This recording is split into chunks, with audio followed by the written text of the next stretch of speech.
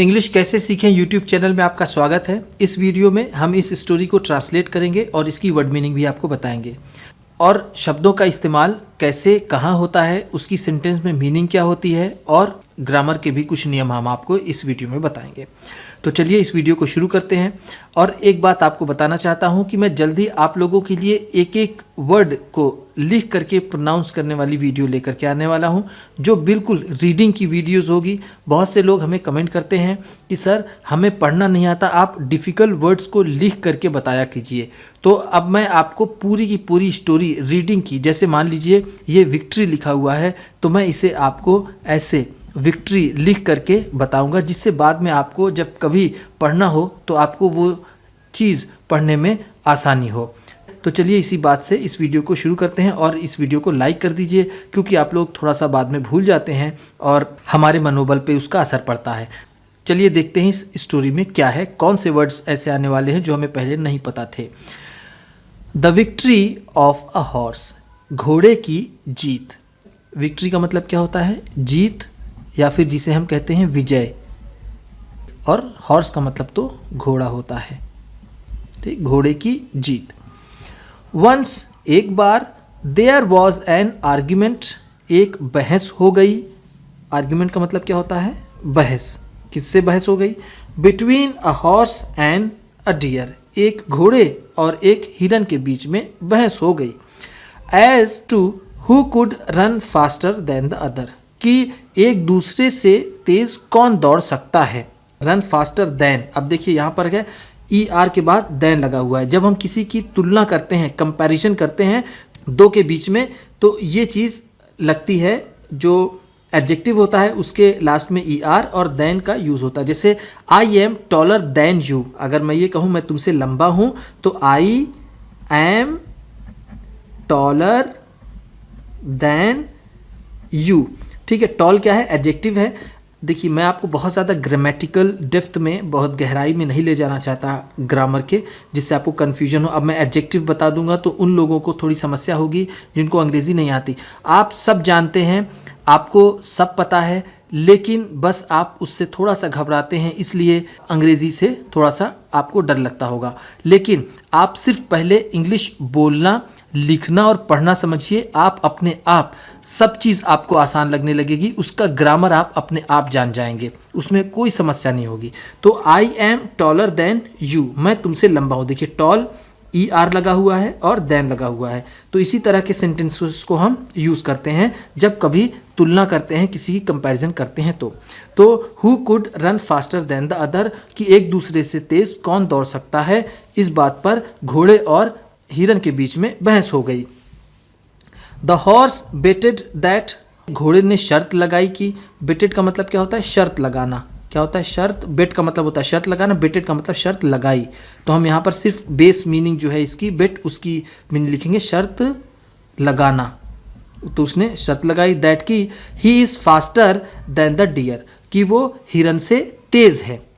While the dear claimed, जबकि हिरन ने दावा किया दैट की हिज स्पीड इज मोर, कि उसकी रफ्तार ज़्यादा है। वाइल, देखिए यहाँ पर वाइल क्या है? वाइल का मतलब क्या है? जबकि। क्या है? जबकि। डियर क्लेम्ड, क्लेम का मतलब क्या है? दावा किया। उसने क्या किया? दावा किया। दैट का मतलब कि हिज स्पीड इज मोर, कि उसकी रफ्तार, इस स्पीड का मतलब क्या होता है? रफ्तार, ठीक। और मोर का मतलब क्या है? ज़्यादा,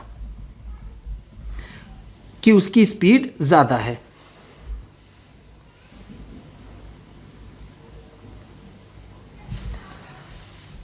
the horse went to a man, घोड़ा एक आदमी के पास गया। एंड सेड, और कहा, could you please help me, क्या आप मेरी मदद कर सकते हैं? इन डिफीटिंग दिस डियर, इस हिरन को हराने में। डिफीट का मतलब क्या होता है? हराना, पराजित करना। क्या होता है? पराजित करना। द मैन सेड, उस आदमी ने कहा, ओके, ठीक है, I am ready to help you, मैं तुम्हारी मदद करने के लिए तैयार हूँ। रेडी का मतलब क्या है?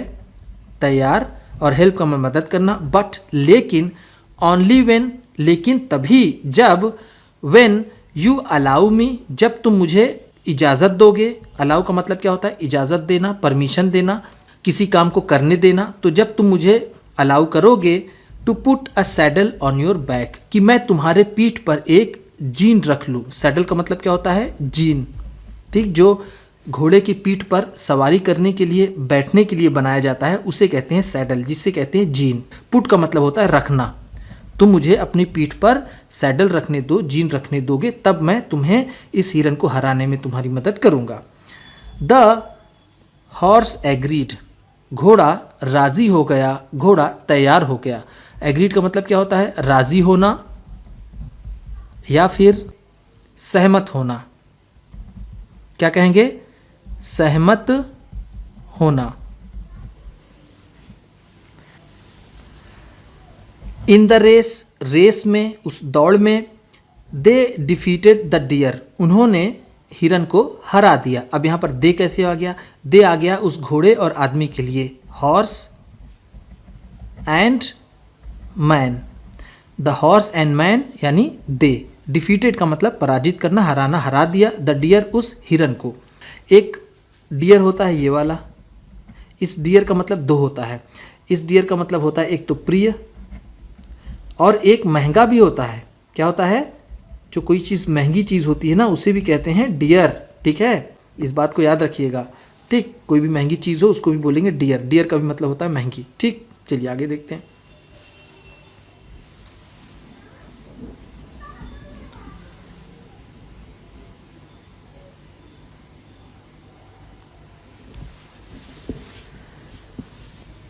After winning the race, race जीतने के बाद। विनिंग का मतलब क्या है? जीतने, और आफ्टर का मतलब बाद। रेस जीतने के बाद द हॉर्स आस्क्ड, घोड़े ने पूछा, द मैन, उस आदमी से, to get down from his back, कि वो उसके पीठ से उतर जाए, यानी उस पर से उतर जाए। देखिए फिर यहाँ पर ये आस्क्ड आया है। जब किसी को कोई चीज़ करने के लिए कहते हैं, कोई भी काम, तो वहाँ पर आस्क्ड का इस्तेमाल करते हैं। द हॉर्स आस्क्ड, घोड़े ने कहा, द मैन, उस आदमी से, to get down. Get down का मतलब क्या होता है? उतरना, कि वो उतर जाए, फ्रॉम हिज बैक, उसकी पीठ से। बैक का मतलब होता है पीठ, ठीक है, और बैक का मतलब पीछे भी होता है। द मैन रिप्लाइड, उस आदमी ने जवाब दिया। रिप्लाइड का मतलब क्या है? जवाब दिया। अब हम यहाँ पर आंसर्ड भी कह सकते हैं। क्या कह सकते हैं? आंसर्ड। द मैन आंसर्ड, आदमी ने जवाब दिया। आई will not get down from your bag, मैं तुम्हारी पीठ से नहीं उतरूंगा, मैं तुम्हारे ऊपर से नहीं उतरूंगा। देखिए I will not get down, ये कौन सा टेंस है? ये है future indefinite tense. I will not get down, मैं नीचे नहीं उतरूंगा, फ्रॉम योर बैक, तुम्हारी पीठ से। After winning the race, race जीतने के बाद, have my claim on you, मेरा तुम्हारे ऊपर दावा हो गया है, मेरा तुम्हारे ऊपर दावा है।